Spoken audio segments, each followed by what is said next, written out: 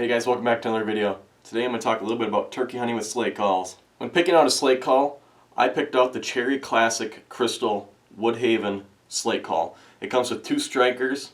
I like this one because it's a little bit softer. Some of them are a little bit more raspier when you're using it, and some are a little bit louder for getting out there in the woods. I like this one so I can sweet talk the toms a little bit better. So there's a couple calls, only 3 of them. You got the yelp, the cluck, and the purr. I'm going to show you how to do those today. So first of all, you're going to look at your slate call, and you can see it's a lot more whiter for mine. It's a lot more whiter on the outsides. In the center it's kind of clear. It's just showing me that this needs to be reconditioned. So what that is basically putting small scratches in it. And I'm just going to, it comes with this little grit, and you're only going to do one direction.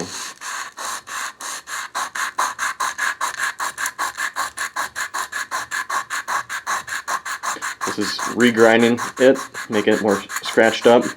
One thing people mistake is doing swirls, and that's not going to work because when you are using the striker, you're going to be using it against the grain. So you're going to go in down with it to make the noise. If you go with it, it's not going to make any noise. And then it comes with this. This just cleans out the grooves in there, gets them nice and clean. And there you go. It's reconditioned and it's ready to go.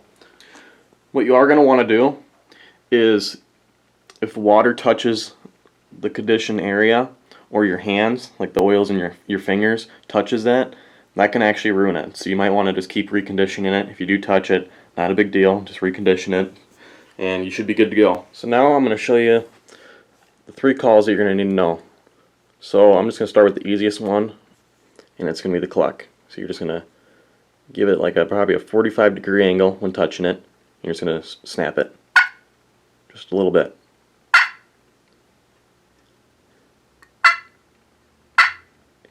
And the nice thing about slate call is you don't really need to pick up the striker.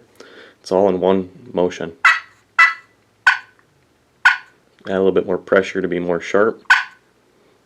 There you go. The next call you're going to need to know is the purr. This one is very deadly out in the woods. So you are going to do the same thing, touch at about 45-degree angle, and you're not going to push as hard as you did for the cluck. You're just going to kind of glide it down. Nice and easy.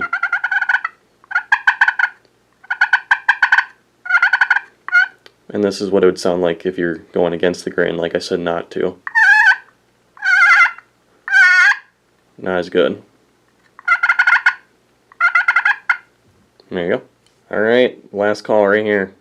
It's with the yelp. So I'm going to start kind of in the top middle area. I'm just going to kind of do like little footballs with it. Just very small footballs. Just an oval shape. So it's using the purr but a little bit faster.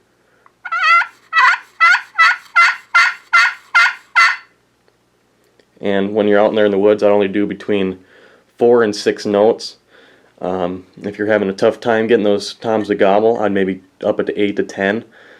Just so you sound more desperate, like a hen that wants to be bred. That sometimes gets them going. But again, it sounds awesome from the crystal call. Make sure your hands aren't touching these holes because that's where the sound is coming out of. So that's why I kind of just hold it open. Slate calls are very easy calls to learn if you're just getting into turkey hunting. I just picked this one up last year at Fleet Farm for around $100, 95 bucks, and I'm not turning back. I used to use a box call for a couple years, and that worked alright too, but these are just a lot more smoother. So when using decoys, I just used a hen and a jake. Don't use a tom, and don't use any tom calls or jake calls. That's just another gimmick on the market. So I just use a hen and a jake. What I do with the hen is I don't even use the stake. I just lay it right in the ground, just propped up, and the jake is right up on top of it, pretty much. I'll show you a picture right now. That right there is the breeder position. So when you call that tom in, and you'll see in the opening, wherever you have it, the jake and the hen, you'll see the small beard and an immature body. You'll come in and ready to kick some butt. Right now I'm going to go over some situations you'll be in out in the woods. So I'm just going to start off with the morning. I'm going to start off with a lot of purrs and a lot of clucks, but they're going to be really soft, as if the hen's just kind of waking up for the morning. That's going to sound like this.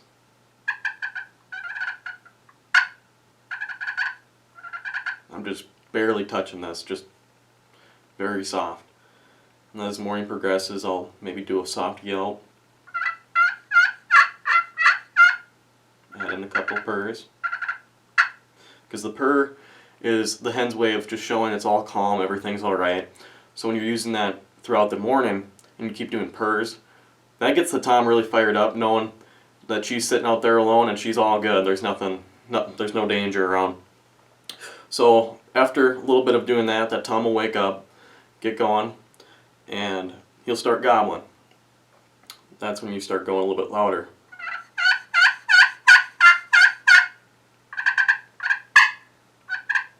After a little while of doing that, talking with him up when he's up in his tree, and he goes quiet, you know that he's flying down and he's looking for the hen already, and you'll gobble after maybe 5 minutes.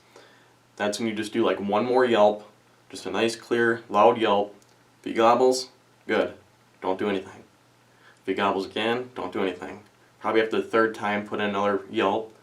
He'll keep gobbling. You keep gobbling. He's trying to figure out where that hen is at, and you just let him do his thing. Just leave him to be. It's tough to do. I like hearing him gobble, but you just gotta let him be.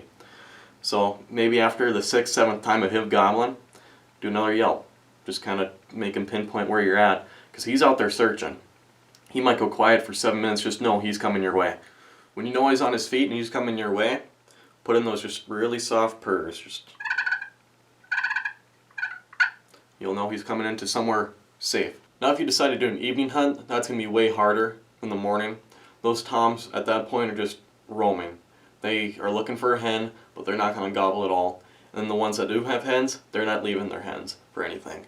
So you got to sound like a really desperate hen out there, and you got to be waiting at any moment with your gun, because they can appear between, they could appear at 1 o'clock, they could appear right at dark, and they are quiet as can be. So you're going to do probably 10 to 15 notes for the yelp, and you're going to add a lot of clucks in there. You got to be really sporadic out there. So it's going to sound like this.